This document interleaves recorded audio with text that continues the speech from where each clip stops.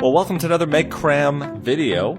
Here we've got our next EKG, which we're going to talk about. We're going to go through this in a methodical fashion using our tried and true technique of rate, rhythm, axis, hypertrophy, and then looking for ST segments.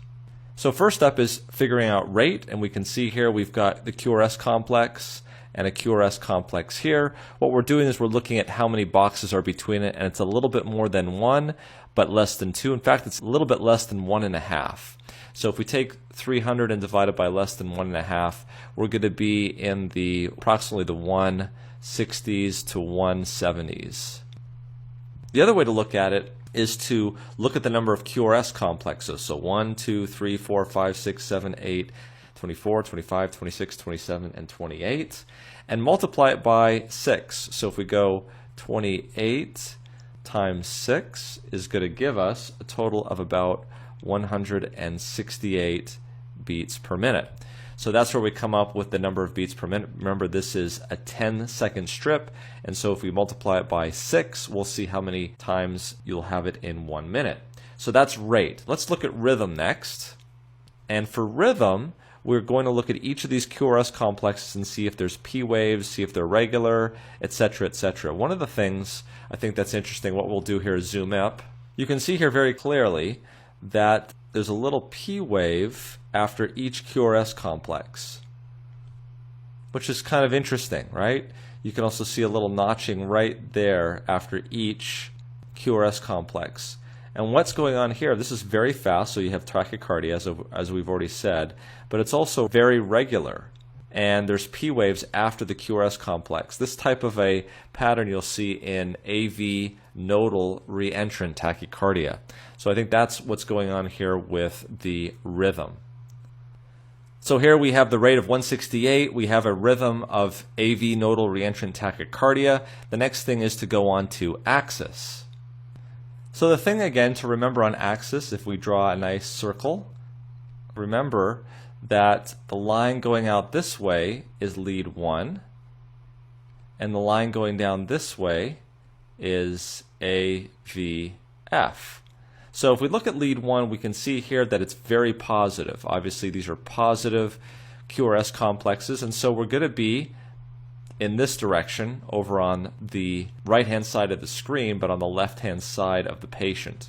And then in terms of AVF, we can see clearly here that we're dealing with a slightly negative QRS complex, and so therefore we're going to be going opposite, so kind of in this direction. And so it looks as though that the vector that we're going to be talking about is slightly negative, and as in fact, as it turns out, the computer measures it out at -8. So -8 degrees going this direction is very close to almost being right on to AVL.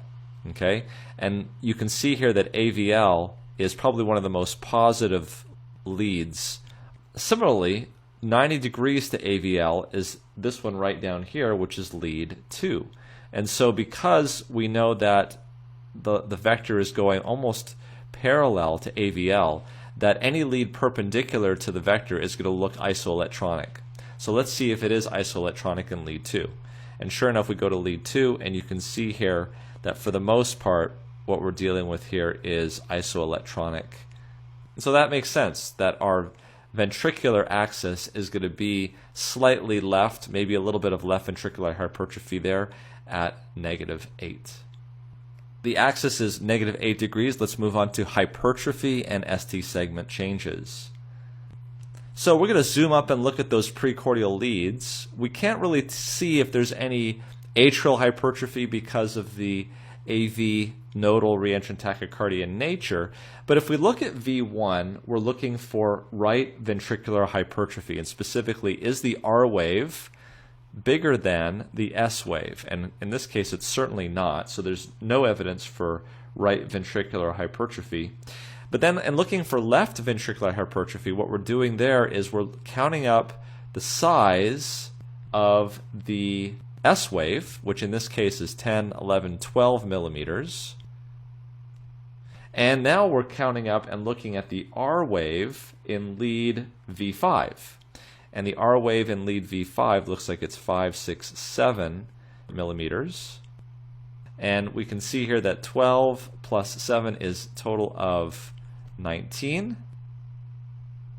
And 19 millimeters does not meet the criteria for 35 millimeters. And so therefore there is no evidence of right ventricular or left ventricular hypertrophy.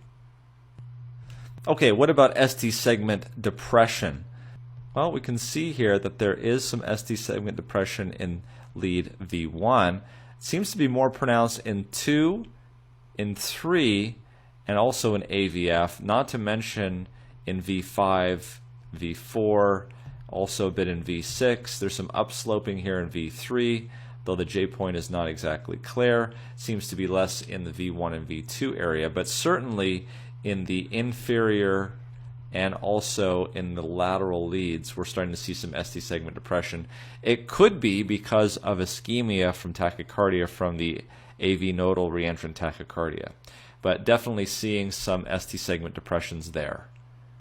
So to summarize, no hypertrophy seen, but there is some ST segment depression in the 2, 3, and AVF, and also in V5 and some of those lateral leads. So we've gone through it pretty systematically, and we found this AV nodal reentrant tachycardia with a heart rate in the 160s, with a left ventricular axis deviation, no hypertrophy, and ST segment depression in the inferior leads and the lateral leads. Thanks for joining us.